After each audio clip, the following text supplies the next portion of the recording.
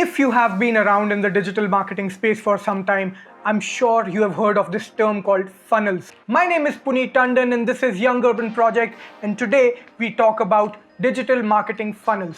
There are a lot of videos and expensive courses around this monster called funnels. Online gurus have been saying that you're not getting your well-deserved sales and online success because you haven't made the funnels yet. I'm not here to agree with or deny that. I have seen funnels do wonders for people, and I've also seen people get crazy online sales even without funnels. So, what is a digital marketing funnel? Let me explain with an example where an app developer is selling a product online. Let's say it's an app that allows video makers to apply filters on a video so they don't have to manually do color correction and color grading in the videos that they shoot. This app would apply professional level Hollywood style filters on videos in a single minute, a process that would generally take hours or days if done manually with expensive video editing software like Adobe Premiere or Final Cut Pro.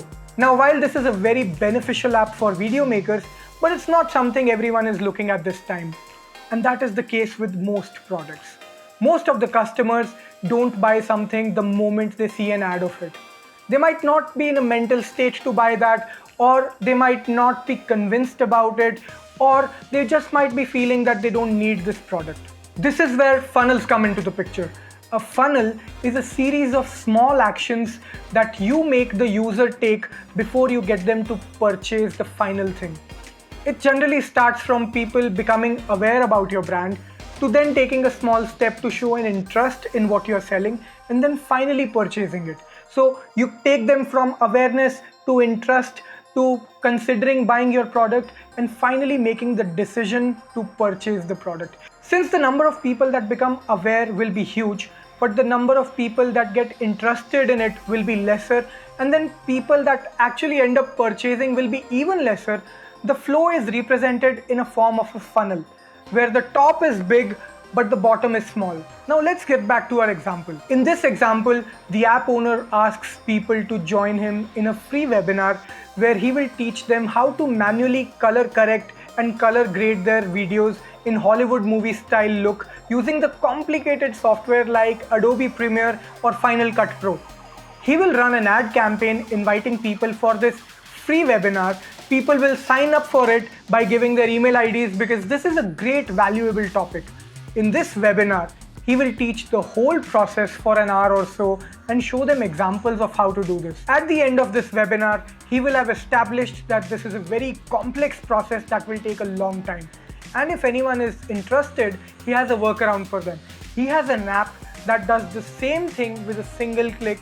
And if anyone is interested, they can purchase it for a really low price. He will even do a quick demo to establish this point. You see what happened here? People went to his website, gave their email IDs to register for a free webinar. He sent them reminder emails to join the free webinar. There will be some people who will attend the webinar, some didn't. So everyone who signed up for the webinar is top of the funnel, the awareness list. And then there are people who would have attended the webinar. That is smaller, and that's why the funnel gets smaller on the second step. Out of those who attended, some will actually purchase the Filters app because they will be convinced by the sales pitch hidden in the webinar. If you notice, these people did not convert at the first step. They actually converted at the fourth step inside the funnel or the user journey. However, for those who didn't convert, there'll be further steps like free email blogs, free videos, and a lot more value add. The idea is to get all these non-customers to develop a need for this product and then finally purchase it. But this did not happen in one step. It took multiple steps to get people from becoming aware about this app developer to actually buying the product they never thought they wanted.